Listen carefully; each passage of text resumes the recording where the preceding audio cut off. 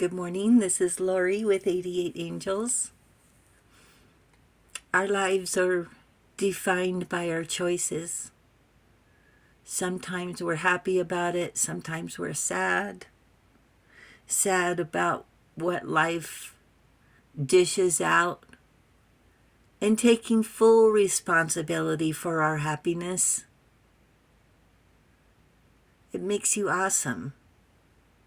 But when we choose to be trustworthy, choose to be honest,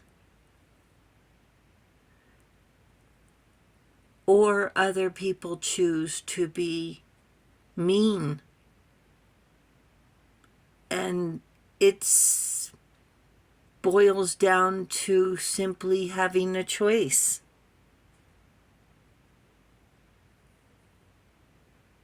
Let's take a look at our cards. Aniel is our guardian angel. Excuse me. Watching over us from September 24th through September 28th. Aniel is the guardian angel of knowledge and change and transformation. It has to do with nature, harvesting and preparation. So we prepare and then we harvest. Reap what we sow. And the two of swords, those are our choices. It's our choice to do that. To decide what we're going to reap in order to sow. And God, Lord of all virtues, deciding to be a loving person with kindness and generosity. Those are virtues. Breaking the circle, the cycle. Lifts opposing barriers, brings victory. Brings victory.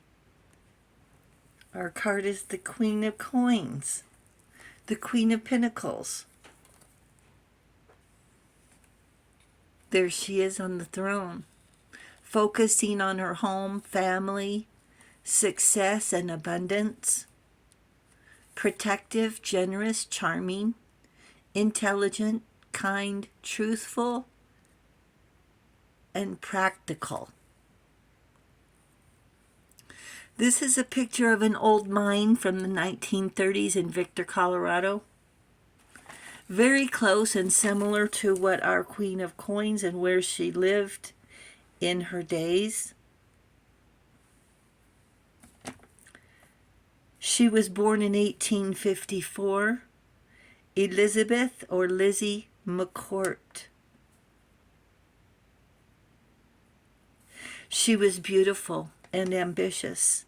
In 1877, at 23 years old,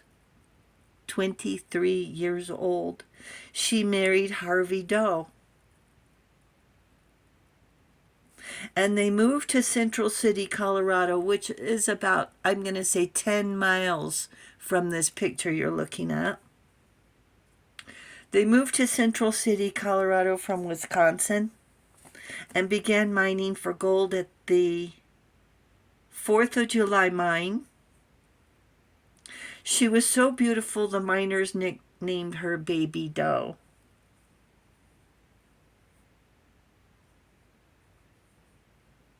I'm sorry, Central City is about 50 miles from what the picture you're looking at. This is Victor, just outside Cripple Creek. So her nickname was Baby Doe. She grew up 4th out of 11 kids in a 2-story house in Wisconsin. What's your future going to be like?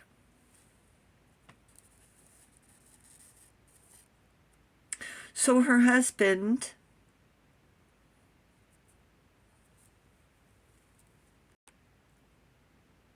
Harvey Doe, was a miner, and she frequently dressed in mining clothes and worked in the mine hands-on, making her seem scandalous, talking behind her back, whispers. We've been there. They did manage to bring up a small amount of gold, but the vein ran out. The shaft collapsed. So this is the shaft here. So here's the building.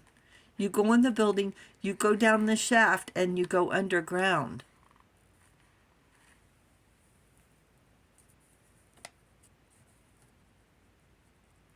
The vein ran out, the shaft collapsed. Harvey Doe took a job at another mine. He told Lizzie to stop wearing men's clothes and to stay home.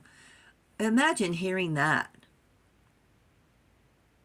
4th out of 11 kids being told to how to dress and what to do. Ouch. Okay, so they moved from Central City to Black Hawk, which is in essence across the railroad tracks, so to speak, to Black Hawk, to Idaho Springs, later to Denver, when she caught him with a prostitute and filed for divorce. She's how old? 23? Alone. She moved to Leadville, looking for opportunity. There she met Horace Tabor, a mining millionaire, owner of the Matchless Mine. In 1880, he left his wife. He opened the Tabor Opera House, which still stands. The prettiest woman in town met the richest man in a restaurant in Leadville. He moved her to a hotel right next to the Opera House in 1879. They frequently visited the Windsor Hotel, a lap of luxury. Meanwhile, they fell in love.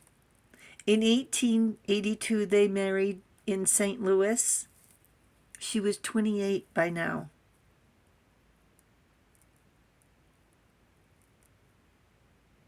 They both were still married to other people because even though divorces were filed, nothing was ever finalized.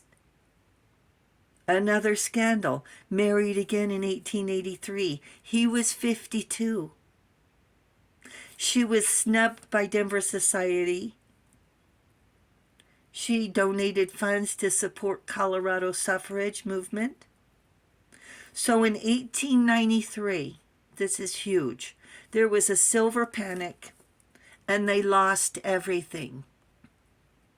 Here's a picture of another mine outside Cripple Creek.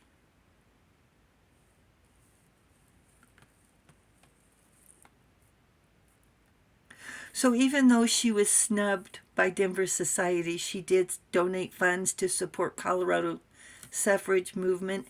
In 1893, there was a silver panic and they lost everything. Twice she lost everything. A widow at 31 with 2 daughters.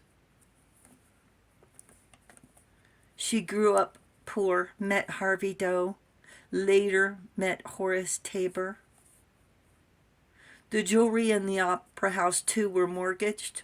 Although marrying very rich men, she died alone, in poverty, at 81.